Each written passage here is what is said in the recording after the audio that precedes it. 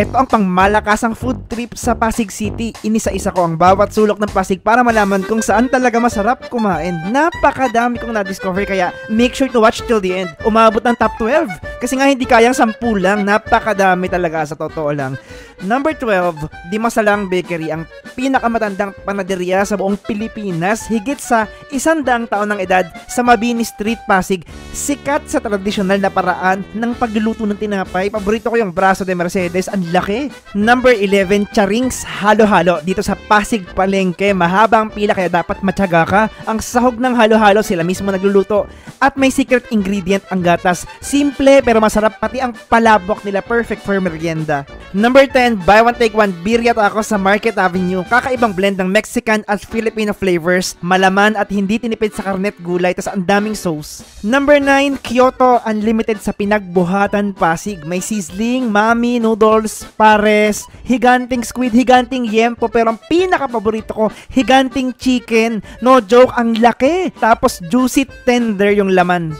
Number 8, Monster Philly. Alam mo yung Philly cheese sticks? Yung sa US, grabe tong nasubukan ko. Meron na pala dito sa Pasig niyan. Ang tinapay sila mismo may gawa. Tapos ang beef, wow, grabe. Napakalambot at flavorful. Tapos paliliguan ng cheese sauce.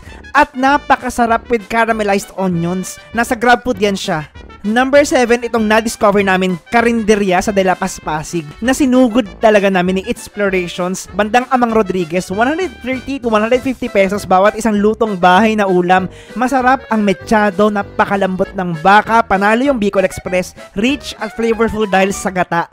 At maanghang din masarap at matamis yung buko sherbet pala nila dito. Number 6, Work of Love Coffee. Basta usapang kape, dito talaga ako sa Buting, Pasig dahil ang coffee shop na to talagang high quality ang ginagamit na beans. Favorite ko yung Americano. Bold, flavorful, hindi acidic. Tapos binabalik-balikan ko dito yung ensaymada. May melted cheese na sobrang grabe. Kasarap talaga.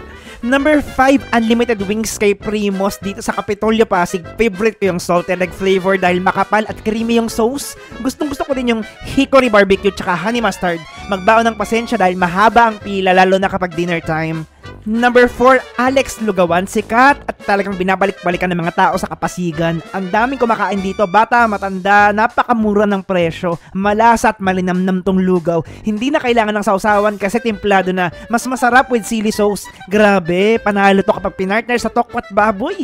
Number 8, Mahalo Halo-Halo. San ka ba naman nakakita ng leche plan na tinubuan ng halo-halo? Ganito yung na-try ko dito. Homemade yung ingredients tapos gawa mismo ng may-ari. Pati yung gatas na makapal at madilaw. Meron din silang avocado dessert. Medyo seasonal lang yan. Ang sarap.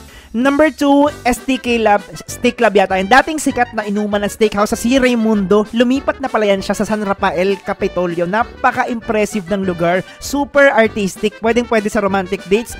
Ang steak, walanjo. Rib eye yung kinuha ko, around 490 pesos. Napakalambot niya kahit medium well yan siya. Wow, grabe. Perfectly spiced pa. Sobrang na-enjoy kong steaks dito. Pati na rin yung karkare, bangus, at onting chill-chill. Number 1, medyo mahilig kasi talaga ako sa pansit kaya itong Ados Pansiteria na nakilala at respeto dito sa Pasig since 1952 pa nga. Ito yung bagong paborito. Masarap talaga siya at what made it unique is yung homemade chicharon toppings. Masarap din yung loming gawe. 100 pesos itsura pa lang matatakam ka na talaga. Marami siyang sauce o parang sabaw na nga yan siya. Tapos ang init-init ng sinerve, malasang malasa at sobrang comforting para sa akin. Kailangan pa ba ng part 2? Kung may kulang pa ako, pakilagay na lang sa comment section or so please follow niyo naman ako, diba? Yan lang.